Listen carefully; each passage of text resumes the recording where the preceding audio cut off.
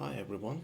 I know I'm late to the party, but I would like to offer up some thoughts about the Hasan versus Andrew Tate debate, personal experiences and biases, empirical evidence, and policy formulation. So, Hasan tried to debate Tate about women driving, amongst probably other things, but essentially this is as far as they got.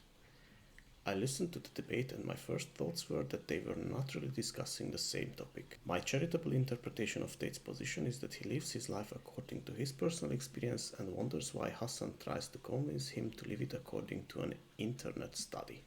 However, I was wondering why Hasan would bring up this issue in the first place, so I started looking and found this little gem. In this video, Tate waffles on about a single incident he supposedly witnessed about a woman inexplicably causing an accident and asks the question, how are women allowed to drive? I assume this is the reason Hasan brought up this point. So, let's talk about personal experience versus empirical evidence and consequences for your personal life and public policy. If, based on your personal experience, you think women are bad drivers and do not want to sit in a car driven by a woman, well, go ahead and good luck. If you think your personal experience overrides empirical evidence and should be elevated to drive policy, that is a different matter entirely.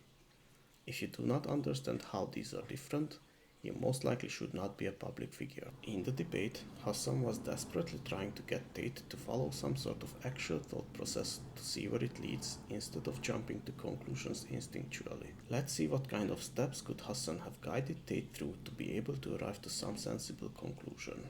Tate's personal experience is that women are bad at driving. All of the accidents he was involved in, women were at fault.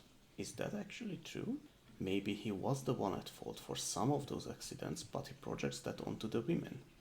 Maybe he is just misremembering it. For the sake of this video, let's say it is true. There were neutral, objective people who have determined that women were at fault at each of those cases.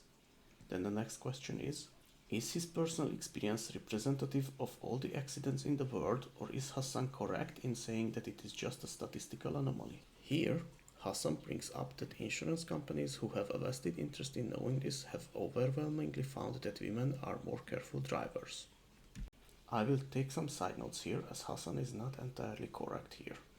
The source shown in his video actually says that for younger people, men pay a lot more, while for older people, women pay slightly more. He also does not bring up the fact that women actually cause slightly more accidents than men, but women are more likely to cause small accidents and men cause a lot more fatal accidents, overall being the more dangerous sex. To be fair to Hasan, you can easily find the sources he puts up in his video and check for yourself. However, with all that said, you will soon see how all of this is mostly irrelevant. So, in conclusion, then the answer is no. It means that Tate's personal experiences are not in line with observable reality, and his question about women can be categorized as the ramblings of a misogynist. Now, let's make a little thought experiment as to what kind of parallel universe would we need to live in for Tate's question to not be ridiculous. In a hypothetical world where women are actually worse drivers by the same margin as men are in this reality, how does our little rundown look like? Personal experience, women are better at driving. Is that actually true? Yes. Is it in line with empirical evidence? Yes. Should women be allowed to drive? The answer is still yes. The same way as men are allowed to drive over here in reality, since the vast majority are driving well enough. The only hypothetical world in which it is theoretically reasonable to not allow women to drive is where the vast majority of women are far, far worse drivers than men. Remember our side notes earlier? This is why that data is mostly irrelevant.